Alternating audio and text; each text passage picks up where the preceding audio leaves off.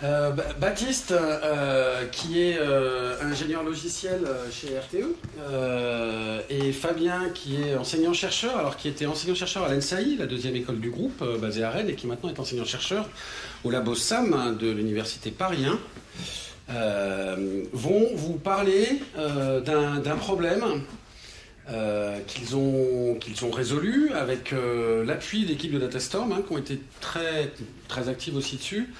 Un problème qui est un problème assez technique d'un point de vue électrique, et puis qui se traduit par des problèmes assez techniques d'un point de vue mathématique.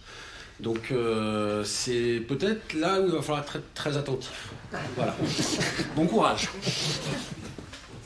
Merci Benoît pour l'intro. Ouais, donc on va rester dans le thème de l'énergie, côté RTE, donc côté réseau de transport d'électricité. Et donc on va parler réseau et on va parler des interactions de notre réseau avec le réseau des pays voisins. Alors, on va parler de calcul de capacité. Je vais vous faire une définition un peu théorique du calcul de capacité. Donc c'est un processus qui est opérationnel et qui va calculer heure par heure quelles sont les capacités électriques, donc quels sont les volumes d'énergie électrique qui peuvent être échangés entre zones de marché. Donc c'est un processus opérationnel, donc il tourne tous les jours. Donc là par exemple il va tourner aujourd'hui, ce soir, et ce soir on va déterminer quelles sont les capacités d'échange qu'on va avoir pour samedi. Alors pourquoi est-ce que ça se fait 2 jours en avance? C'est que en J-1, donc demain pour samedi, on va avoir un autre processus opérationnel qui s'appelle le couplage de marché, et qui lui va déterminer quelles sont les offres d'achat et de vente d'électricité qui sont retenues, et donc un peu simplement ça va déterminer quelles sont les centrales qui vont produire le jour J. Sachant que si on veut matcher des productions d'un pays avec des consommations d'un autre pays, il faut que le réseau puisse soutenir ça, et du coup c'est le sortant du calcul de capacité qui va être utilisé dans ce couplage de marché pour que le couplage de marché propose quelque chose qui soit cohérent avec ce que le réseau permet de faire. Donc on va parler dans cette présentation d'une méthode de calcul de capacité en particulier qui s'appelle la méthode flow-based, qui est quelque chose d'un peu nouveau, qui a été mise en service en 2015 sur une région de calcul de capacité qui s'appelle la région CWE, qui est constituée de 4 zones de marché, donc la zone de marché France, la zone de marché belge, la zone de marché des Pays-Bas et la zone de marché Allemagne-Autriche, qui a été splittée en 2017 en 2 zones de marché, une zone de marché pour l'Allemagne et une zone de marché pour l'Autriche. À partir de maintenant, on peut considérer qu'une zone de marché, c'est un pays. C'est quasiment le cas dans tous les pays. Il y a quelques exceptions, mais c'est quasiment le cas pour tous les pays d'Europe. Donc on avait 4 zones de marché en 2015. En 2017, on a virtuellement étendu la zone à 7 zones de marché. Et normalement, si le projet prend pas plus de retard qu'il n'en a déjà, en 2022, on devrait étendre la zone de calcul flow-based à 13 zones de marché avec la fusion de la région CW avec d'autres régions qui forment la région Core, qui est une région assez centrale du coup en Europe. Alors le flow-based, qu'est-ce que c'est? C'est une méthode qui est vraiment différente des autres mécanismes de calcul de capacité qu'on a en Europe. C'est, donc déjà on l'a dit, c'est une méthode qui va calculer pour chaque heure une région, un espace d'échange possible entre pays. Donc cette région, elle est construite sous la forme d'un polyèdre. Alors la méthode derrière de calcul de capacité est assez complexe, on ne va pas rentrer dans les détails de cette méthode-là, mais le sortant de cette méthode, c'est un polyèdre qui détermine le domaine d'échange possible. Ce polyèdre, il va avoir autant de dimensions qu'on a de zones de marché dans notre région de calcul. Donc on sent bien que le fait de passer de 4 zones à 5, puis maintenant à 13, pour les algos qu'on a derrière, ça va être une source de complexité qui va être assez compliquée à gérer. Et en plus de ça, ce domaine il varie d'heure en heure. Là voilà, on a un exemple d'un domaine flow-based sous 3 dimensions. Donc là il n'y en a que 3, normalement il y en a plus. Déjà à 3 dimensions, c'est dur de comprendre ce qui se passe dans ce domaine-là. Donc ce qu'on fait généralement avec ces domaines flow-based, quand on veut les visualiser, c'est qu'on les écrase. Alors on ne fait pas une coupe, c'est plus, on les écrase, donc ce serait plus une fusion de toutes les coupes qu'on pourrait faire du domaine sur 2 axes donnés. Et là, ça donne ce genre de choses. Ça, c'est la forme assez typique qu'on peut avoir sur les axes France et Belgique. Donc on a cette zone d'échange, donc toutes les combinaisons, les coordonnées d'échanges qui vont être dans ce polyèdre sont acceptables, dans le sens où RTE garantit que le réseau peut supporter ce niveau d'échange-là. Par contre, ce qui est en dehors du polyèdre, ce sont des combinaisons d'échanges que le réseau ne peut a priori pas tenir et qui du coup ne seront pas proposées par le couplage de marché.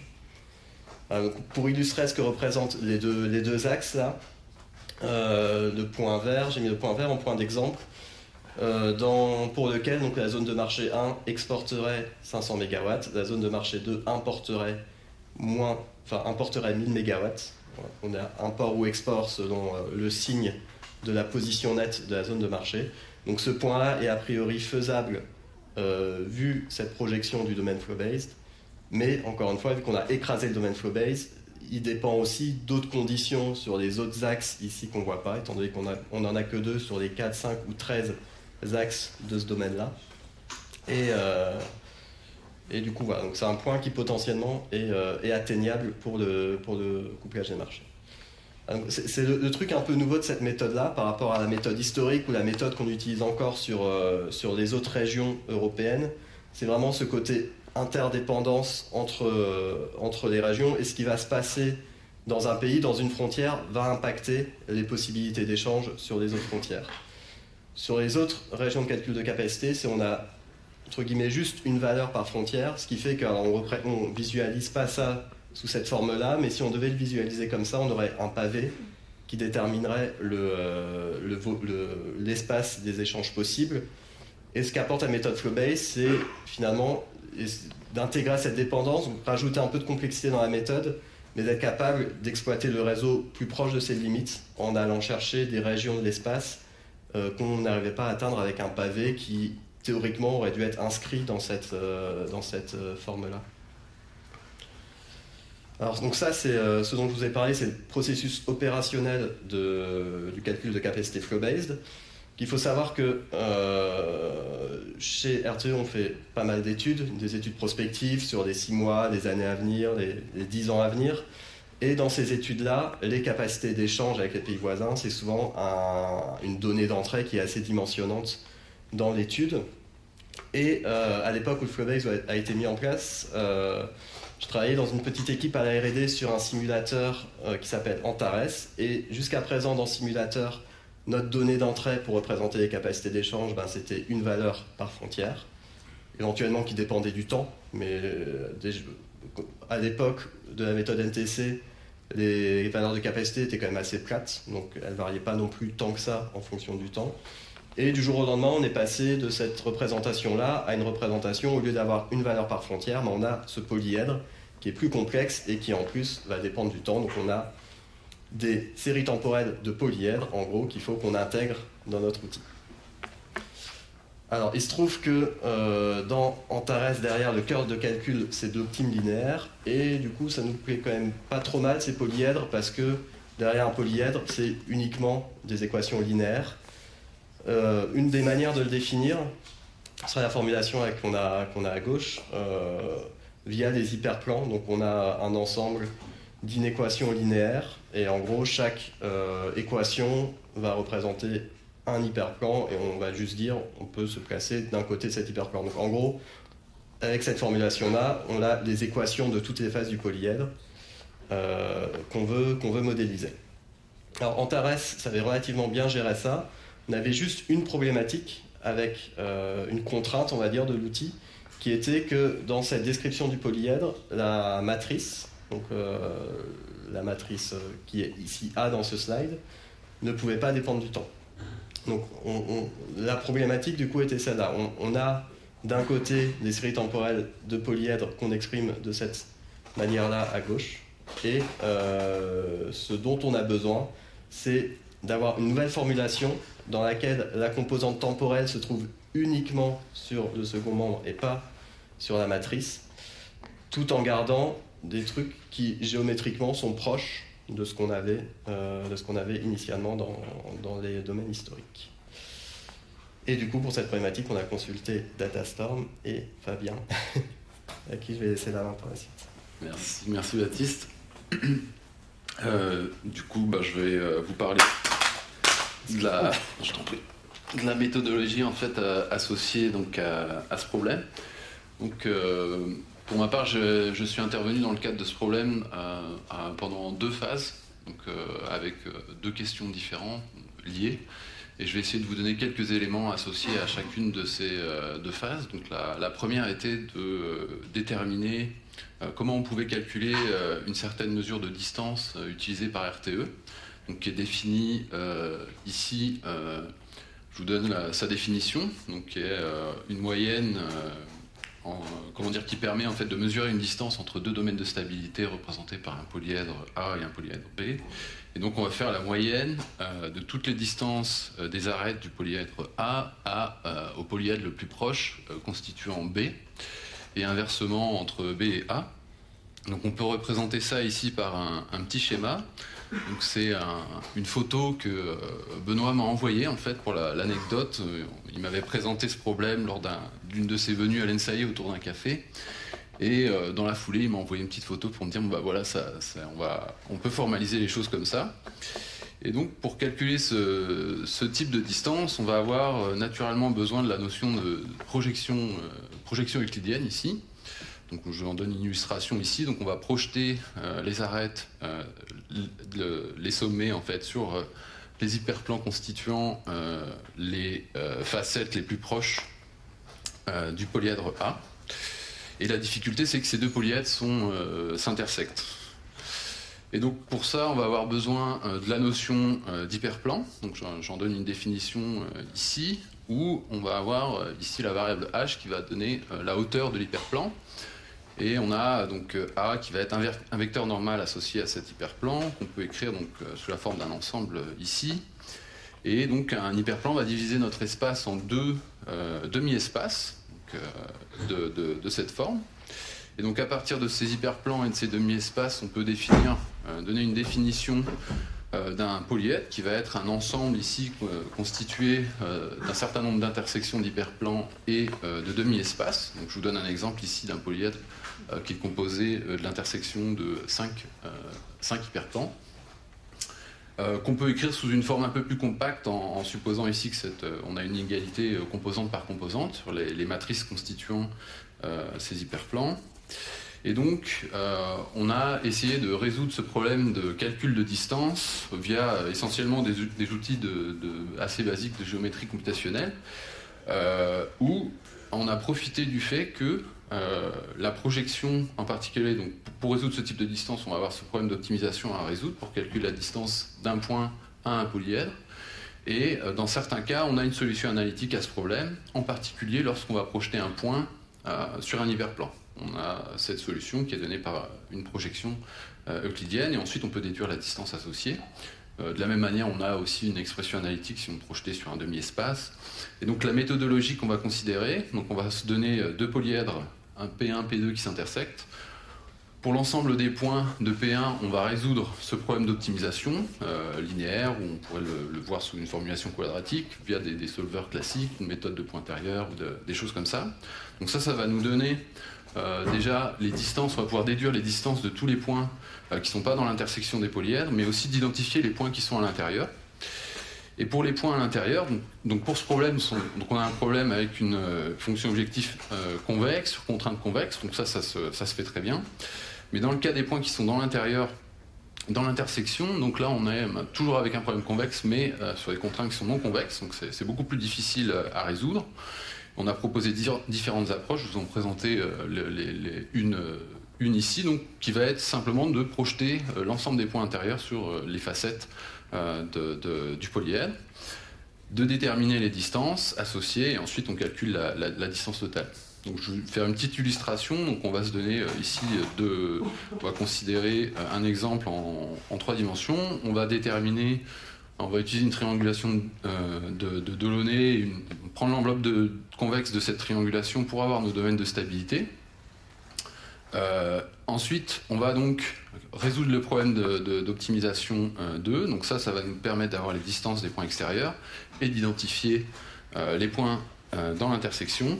Et pour les points dans l'intersection, on va projeter chaque point sur l'ensemble des facettes. Donc c'est une approche un peu gloutonne, comme ça, où on va faire des projections un peu partout, dans tous les sens, mais on peut profiter de la structure Enfin, il y a des heuristiques qui nous permettent de ne pas avoir à projeter dans tous les sens, et ça a permis dans un premier temps de faire les calculs jusqu'à des dimensions 6 ou 7 de mémoire sur les données réelles de RTE. Et donc voilà pour la première partie. Donc, dans une deuxième étape, donc on a relâché cette notion de distance de RTE, donc qui est en particulier du fait de cette problématique où on va se retrouver avec un problème non convexe à résoudre. Et on va essayer, donc on va se placer dans la situation où on a nos deux domaines de stabilité, où un est inclus dans l'autre, et on va chercher à construire une nouvelle mesure de distance entre ces deux polyèdres et de la minimiser. Donc, typiquement, on peut reformuler le problème comme étant la minimisation de la distance entre un polyèdre A, qui lui ne va pas bouger, et un polyèdre B, constitué ici de 4 hyperplans, qui eux vont être en translation. Et donc, on a proposé une méthode qu'on peut résumer en deux étapes, où on va tirer des deux limites droites un peu dans tous les sens, et ensuite construire une distance à partir de ça et la minimiser. Donc je vais vous présenter rapidement cette distance.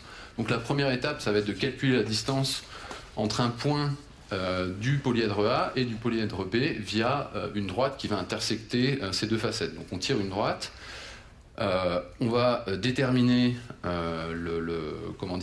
les coordonnées des vecteurs associés à ces deux points d'intersection. Et donc, on peut déduire la distance associée. Et ensuite, donc, comme la variable qui va nous intéresser, sur laquelle on va chercher à optimiser la distance, c'est la hauteur de B1, donc on exprime cette distance en faisant apparaître cette hauteur. La deuxième étape va être, donc maintenant on va tirer des droites, on va échantillonner n des droites, n des demi-droites sur une D-sphère. Donc il y a tout un tas de méthodes pour faire ça de manière assez rapide. Et donc ensuite on va calculer les coordonnées associées au point d'intersection, déterminer ceux qui appartiennent à l'intersection d'une facette de A donnée avec les facettes de B qu'elle intersecte, calculer les distances associées et déterminer donc la distance d'une facette de A1 au polyèdre B en utilisant des zéros. Donc, pour le faire sur l'ensemble, pour avoir une distance entre les deux, on va simplement répéter ça pour chaque face NA de A. Et donc ça va nous donner une distance, une certaine mesure de distance entre ces deux, de proximité entre ces deux polyèdres. Et donc pour résoudre ce problème, donc, il y a différentes possibilités qu'on peut envisager. Une assez naïve et assez simple, ici, va être de voir le problème comme un problème d'optimisation locale, où on va, pour chaque facette d'un des deux polyèdres donnés, minimiser la distance des 1. Donc ça, c'est un problème convexe. Et on peut faire une recherche exhaustive, une grid search, dans ce contexte, ça peut être une première approche. Ce qui est intéressant ici, c'est que on a des bornes sur l'ensemble des valeurs que peut prendre la hauteur de B1. Donc on sait qu'au plus, il va être égal à la valeur initiale de B1 au moment initial. Donc ça permet de faire une grid search sans avoir besoin d'aller chercher sur un ensemble très grand. Et ensuite, on répète ça. Donc on va résoudre NB problème GS sous cette formulation. Et ainsi, on peut faire ça de manière de le faire. On peut faire ça en parallèle. Une autre possibilité, ça va être de réécrire le problème sous la forme d'un problème d'optimisation linéaire classique, de programmation linéaire classique, où donc la difficulté ici, on a une fonction objective qui est convexe, mais pas différenciable continuellement, pas différenciable partout. Donc on peut ajouter un certain nombre de contraintes ici pour pallier ce problème de différenciabilité et utiliser ensuite un solver d'optimisation linéaire classique pour résoudre ce genre de problème. D'autres méthodes d'optimisation qu'on pourra envisager ici, ce serait par exemple des méthodes type proximal, des méthodes de gradient qui vont, elles, ne pas avoir besoin de gérer le problème de la valeur absolue. Et donc ce qui est intéressant avec ce type de modélisation, c'est que ça permet vraiment de traiter des problèmes en dimension assez grande dans ce contexte. je vais m'arrêter là sur la partie méthodo. Hop, et je te donne la parole. Ouais. Peut-être pour redire quelques mots sur la manière dont ça s'est passé. Donc c'est quand même un sujet qui est assez complexe, sur lequel on a travaillé pendant plusieurs années avec Datastorm. Il y a eu des premières collaborations qui sont faites sur la partie plus sur de la réalisation. Donc, en fait, on est venu chez RTE avec des premiers protos sur ce sujet-là, avec un stage dans lequel on a designé une première solution. Et on voulait déjà que cette solution-là puisse être utilisée par les utilisateurs de notre outil, du coup Antares, et pour que ce soit utilisable, fallait qu'on ait déjà un certain nombre d'outils qui permettent de faire ces manipulations de manière automatique, sans avoir besoin de rentrer dans le détail de la méthode. Et du coup, il y a eu 2 prestations qui ont commencé donc avec Datastorm, notamment avec Benoît, Titouan et Julien, sur le développement de package R. Donc autour de la suite d'outils Antares, en fait, il y a un cœur de calcul qui permet de faire des simus qui est en C++, mais pour manipuler toutes les données de ces simulations-là, on utilise des scripts, des packages de scripting en R qui permettent ou de traiter les données d'entrée ou de visualiser les données sorties. Et l'exemple du flow-based, un exemple très concret de données compliquées à gérer. Et à la fois, du coup, il y a eu une partie du travail sur comment former ces données pour les entrées d'outils, et également de proposer des graphes, des visualisations pour que, en sortie de nos simulations, on puisse essayer de comprendre un petit peu ce qui se passe dans ce nouveau formalisme assez compliqué du calcul de kappa.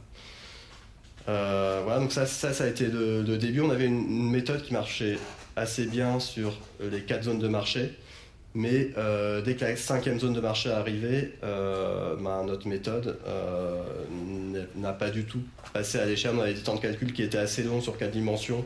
On s'en sortait, c'était pas trop gênant. À 5, on dépassait théoriquement la journée de calcul pour déterminer ces domaines flow-based, ce qui n'était pas envisageable.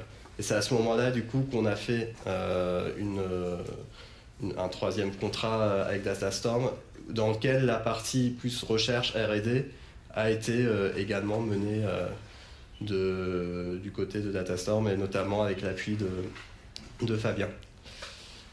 Et du coup, ouais, peut-être ce qui est intéressant là-dedans aussi, c'est derrière la suite Antares, c'est Package R, c'est des outils qui sont open source, c'est uniquement des outils open source. Donc c'est un travail qui est mené par RTE, mais qui est aussi suivi par d'autres gestionnaires de réseaux de transport, notamment des gestionnaires de réseaux de transport belges, qui utilisent beaucoup Antares et qui est d'ailleurs le premier à nous avoir alerté sur cette problématique du flow-based, étant donné que c'est les premiers concernés, vu qu'ils sont au centre de la région et toutes leurs frontières, à l'époque, étaient gérées avec du flow-based. Donc ce travail-là bénéficie à RTE et bénéficie également aux autres gestionnaires de réseau qui utilisent Antares, ou aux groupements de gestionnaires de réseau qui font des études en commun avec cet outil-là. Donc en termes de valeur qu'a permis ces travaux, j'ai concaténé sur ce dernier slide des exemples d'études, des études publiques qui sont faites ou par RTE ou par d'autres utilisateurs ou groupements d'utilisateurs qui utilisent cette suite d'outils. Et je pense que mes interlocuteurs précédents du monde de l'énergie connaissent sûrement certaines de ces études. Peut-être un exemple assez concret, là, celle en haut à gauche, c'est une étude d'équilibre offre-demande, une étude saisonnière, ça s'appelle l'étude de passage de l'hiver. Donc c'est quelque chose qui est fait chaque année sur la saison suivante, les 6 mois qui suivent, et dont le but est de déterminer la pression qui va peser sur l'équilibre offre-demande et les risques de pénurie d'offres sur la saison à venir. Et quand on fait cet exercice-là, évidemment, la capacité d'import dont on peut bénéficier côté allemand, côté belge, sont des données hyperdimensionnantes dans ce calcul-là. Avec le flow-based, aussi le fait qu'il y ait des moments où si on a des pointes de consommation qui sont synchronisées en France et en Belgique, on va avoir une pression forte dans ces 2 pays-là en même temps. Et avec le flow-based, on a vu qu'il y avait une interdépendance. Il faut aussi qu'on soit capable de modéliser ça pour avoir des sorties cohérentes dans ce genre d'études. Voilà, c'est un exemple d'étude. Dans les autres études peut-être plus connues, il y a le bilan prévisionnel qui est une autre étude publique qu'RTE sort tous les ans et dans lequel le Freebase n'est pas forcément autant mis en avant dans cette étude-là, mais ça fait partie du corps d'hypothèse de l'étude et c'est quelque chose qu'on ne pouvait pas se permettre de ne pas avoir dans ces études étant donné que c'est vraiment ce qui régit les interactions de notre réseau avec les autres réseaux et nos capacités d'import et d'export et notamment d'import en période de pointe. Voilà pour moi. Okay. Qu'est-ce que tu veux rajouter Oui, moi de mon côté, par rapport à mon expérience, par rapport à ce projet, en fait, mon intervention a été assez ponctuelle. J'ai intervenu à peu près une semaine de travail sur la première phase, une semaine de travail sur la deuxième question que je vous ai présentée. Et donc la réussite, je dirais, de ce projet est essentiellement basée sur le fait que Datastorm a mis à disposition donc, deux de ses ingénieurs, Titouan et Julien, qui eux ont vraiment beaucoup travaillé sur cette problématique. Et donc à la fois, qui ont été à moi mes interlocuteurs via RTE. Par la suite, on a interagi également a posteriori pour essayer d'initier une collaboration avec Baptiste et Marion de RTE, mais également Titouan et Julien, pour essayer de tenter d'écrire un papier. Donc ça, avec la situation, avec le Covid, tout ça, les obligations de chacun, c'est un peu en stand-by en ce moment, mais il y aurait matière à faire un petit papier avec un peu de méthodo et une application sur des données concrètes de RTE. Et aussi, donc, il y a eu, en termes de choses que je trouve assez intéressantes, c'est donc la création de packages dont tu parlais, donc, pour lesquels Julien et Titouan ont énormément travaillé, qui sont open source. Donc je sais que par exemple, il y a aussi les pays de la Méditerranée qui vont être confrontés au même type de problématiques avec l'ouverture du marché, qui sont par ailleurs des utilisateurs d'Antares, vont pouvoir bénéficier de ces développements. Et voilà. Sinon, un autre interlocuteur avec qui j'ai beaucoup échangé, c'est Benoît. Donc, que ce soit au début, on a eu vraiment pas mal d'échanges au départ pour essayer de formaliser les choses. On a beaucoup échangé par mail en particulier dans la première phase, mais aussi dans la deuxième phase. Donc, l'idée de ça a permis de voir émettre cette idée de notion de nouvelle distance. Et voilà, sinon d'un point de vue personnel, je trouve que ce type d'initiative où un chercheur est associé à une problématique métier via le pont que met en place Datastorm en mettant à disposition de ces personnels qui font le pont est particulièrement enrichissant, à la fois je pense pour l'entreprise mais aussi pour le chercheur. Personnellement, j'ai participé à plusieurs contrats, à plusieurs projets avec Datastorm, 3 projets dans le secteur de l'énergie notamment, à chaque fois différents, sur des problématiques différentes, avec des types de données différents, des outils différents, des notions différentes. Bien souvent, j'avais pas forcément de notions sur ces notions. Donc j'ai dû aussi, moi, ça m'a permis d'apprendre énormément de choses. Et aussi de prendre conscience aussi des réalités métiers auxquelles allaient être confrontés les élèves de l'ENSAI, par exemple. Et ça a aussi enrichi, moi, mes cours, dans le sens où le fait de prendre connaissance de ces questions, de mettre un peu les mains dans le cambouis aussi avec les données, d'adapter un peu donc, le contenu de mes enseignements par rapport à ça. Et voilà, donc dans tous les cas, j'étais particulièrement content de travailler sur ce projet-là, en particulier avec RTE, parce que là, il y avait un côté méthodologique peut-être un peu plus développé, un peu différent d'autres problématiques. On va avoir des données à nettoyer, on va faire tourner tout un tas de modèles, essayer de trouver le meilleur modèle. Là, c'était une problématique méthodo que j'ai particulièrement aimée. Voilà, merci pour votre attention.